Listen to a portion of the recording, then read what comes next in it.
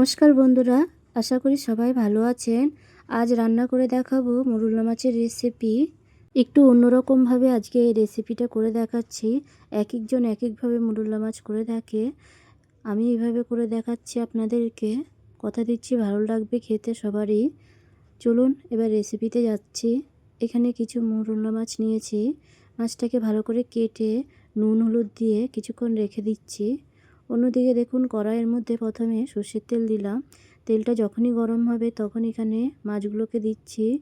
গ্যাসের আঁচটাকে একবারে হাই করে এবার মাছগুলোকে অল্প অল্প করে ভেজে তুলে নিচ্ছি। গরম গরম ভাতের সাথে মাছের এই রেসিপিটা অসাধারণ লাগে। ট্রাই করে দেখবেন একবার। যদি রেসিপিটা ভালো লাগে আমার এই চ্যানেলটাকে সাবস্ক্রাইব করে ভিডিওটাকে লাইক করে দেবেন যারা নতুন বন্ধু, আর যারা অলরেডি সাবস্ক্রাইব করেছেন আমার চ্যানেলটাকে তাদেরকে অসংখ্য ধন্যবাদ, আর রেসিপি দেখার জন্য অসংখ্য ধন্যবাদ। সব মাছগুলোকে এভাবে অল্প অল্প করে দিয়ে ভেজে নিয়েছি। ওই একই তেলের মধ্যে অল্প পরিমাণে তেল দিয়েছি। তেলটা যখনই গরম হয়েছে তখনই একটা বেগুনকে কেটে নিয়েছিলাম। এবার সেটাকে সামান্য লবণ আর কিছুটা হলুদ দিয়ে মেখে রেখেছিলাম। এবার ভালো করে ভেজে নিচ্ছি। মোরলা মাছ স্বাস্থ্যের পক্ষে খুবই উপকারী, তাই চেষ্টা করবেন মাঝে মধ্যে মোরলা মাছ খেতে।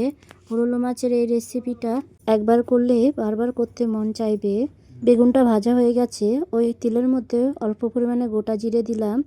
এখানে দুটো পেঁয়াজকে, মিডিয়াম সাইজের পেঁয়াজটা নিয়েছি, পাতলা করে কেটে এবার দিয়েছি। ভালো করে ফ্রাই করে নিতে হবে। এখানে খেয়াল রাখতে হবে পেঁয়াজটা যাতে না পুড়ে যায়। পেঁয়াজটা পুড়ে গেলে খেতে ভালো লাগবে না, তাই চেষ্টা করবেন পেঁয়াজটা যাতে না পুড়ে যায়। যখনই পেঁয়াজটা দেখবেন এরকম হবে তখন এখানে দুটো আলুকে পাতলা করে কেটে দিয়েছি। এবার আলু আর পেঁয়াজটাকে আরও কিছু টাইম এভাবে হতে দেব। এখানে 1 চামচ লবণ দিচ্ছি। লবণটা দিয়ে আরও কিছু টাইম এভাবে হতে দেব। এখানে আলুটা এবার ভালো মতন ফ্রাই হয়ে গেছে। এবার দেব সামান্য আদা কুচানো, আরও লাগছে কিছুটা রসুন কুচানো, দেব 2 চামচ হলুদের গুঁড়ো। মাছের রেসিপিতে লঙ্কার পরিমাণটা একটু বেশি দিলে খেতে একটু বেশি ভালো লাগে, তাই চেষ্টা করবেন একটু লঙ্কাটা বেশি দিতে। আর যেহেতু এই লঙ্কাটা যেটা দেব আমি সেটা আমাদের ঘরের, তাই 1/2 চামচ দেব।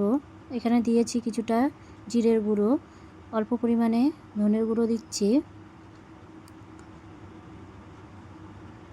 এবার লঙ্কাটা দিচ্ছি 1/2 চামচ। এবার সামান্য পরিমাণে জল দিয়ে মশলাটাকে এবার কষিয়ে নেব। গ্যাসের আঁচটাকে এবার লো করে দিচ্ছি।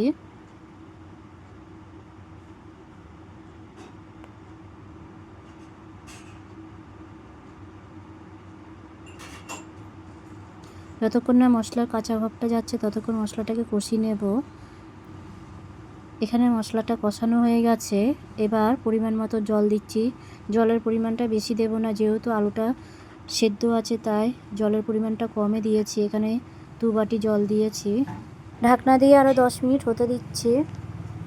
10 মিনিট পর এখানে এবার মাছটাকে দেব। কিছু মাছ রেখে দিয়েছি, বাকি মাছগুলোকে দিচ্ছি। মাছটা যখনই দেব তরকারিটাকে তখন হালকা করে নাড়তে হবে, বেশি নাড়া যাবে না।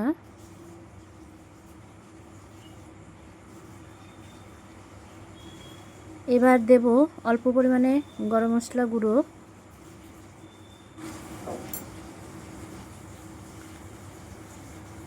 গরম মশলাটা যখনই দেব একবার নেড়ে গ্যাসের আঁচটাকে এবার বন্ধ করে দিতে হবে। সবার শেষে এখানে বেগুনগুলোকে দেব। বেগুনগুলোকে যখনই দেব এভাবে হালকা করে ঝোলের মধ্যে ঢুকিয়ে দিতে হবে, আর নাড়া যাবে না। দেখুন কেমন হয়েছে। রেসিপিটা দেখার জন্য অনেক ধন্যবাদ।